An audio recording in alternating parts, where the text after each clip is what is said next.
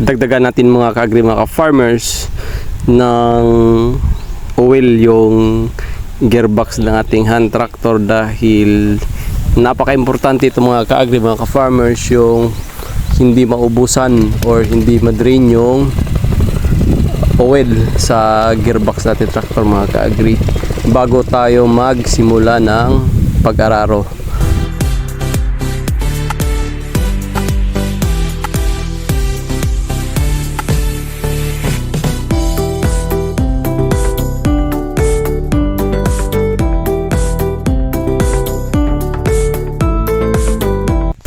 Hello, good morning.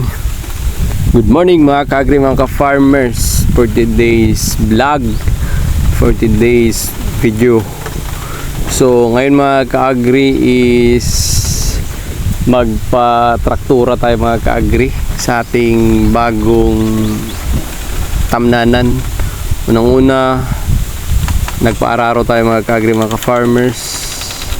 So itong nasa likod ko mga ka-agri, ito yung second batch na ating tatamnan ng talong mga ka-agri, dahil yung talong natin is ano siya, may gap or nakaladerize ang pagtanim mga ka-agri, para naman mga ka-agri, mga ka-farmers, is umabot siya sa punto na hindi tayo maubusan ng ating mga produkto mga ka-agri. So ito na siya mga ka-agri, pinaararo to natin ng kalabaw dahil sobrang compact yung lupa, and then napakainam gamitan ng traktura, hand tractor, kapag naararo na, kumbaga bungkal na bungkal siya mga ka-agri, then mabilis na siya i-traktor mga ka-agri, mga ka-farmers.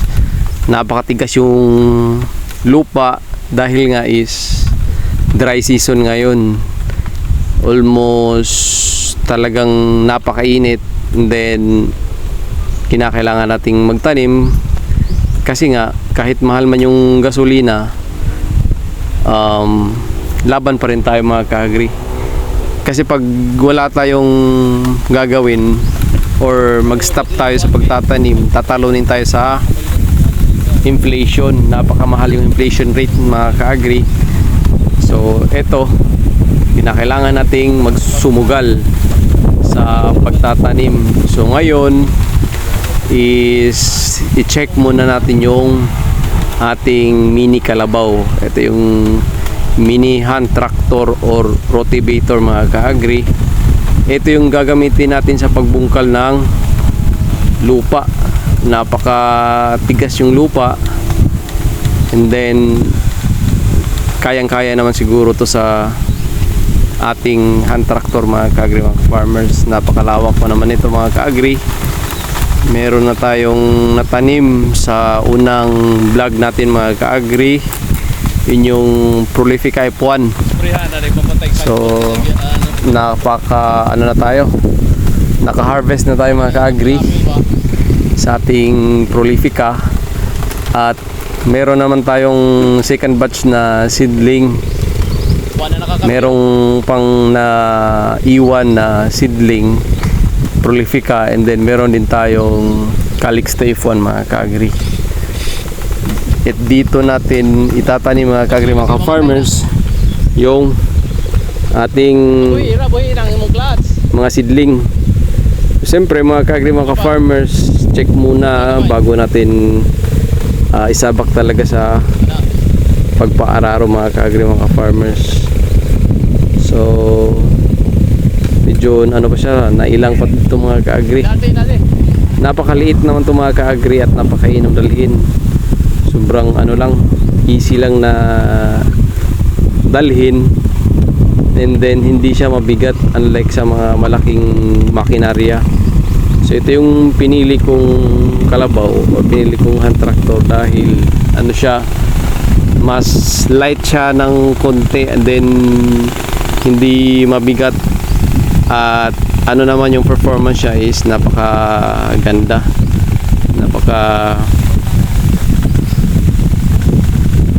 tibay.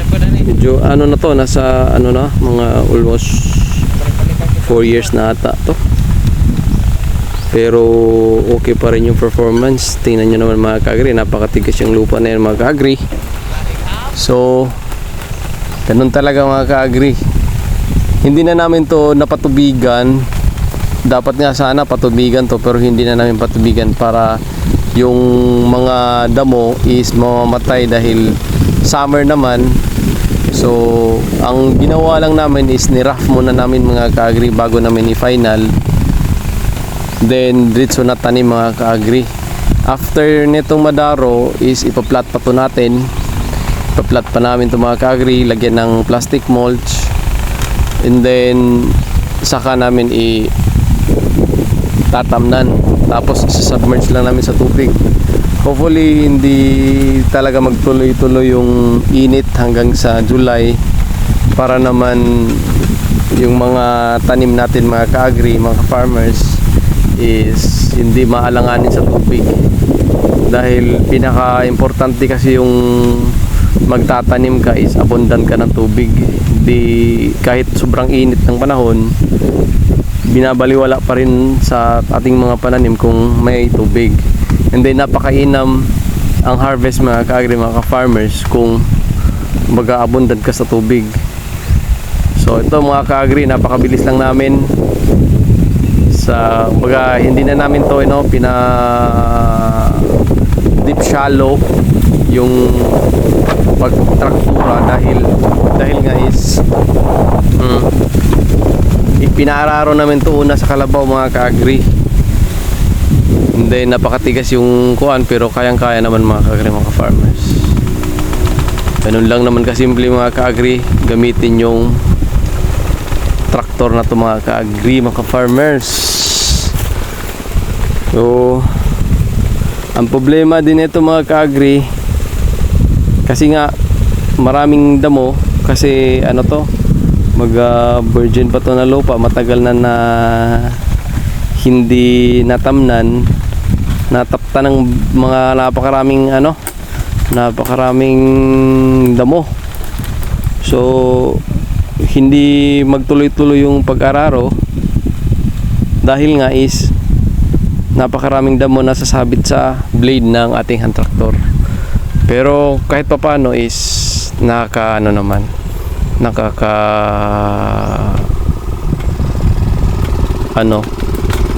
pulbos yung lupa. And then yung sa may kilid na yan, yung green na green, ayun yung tanim natin, first batch na tanim mga ka-agri, mga ka-farmers.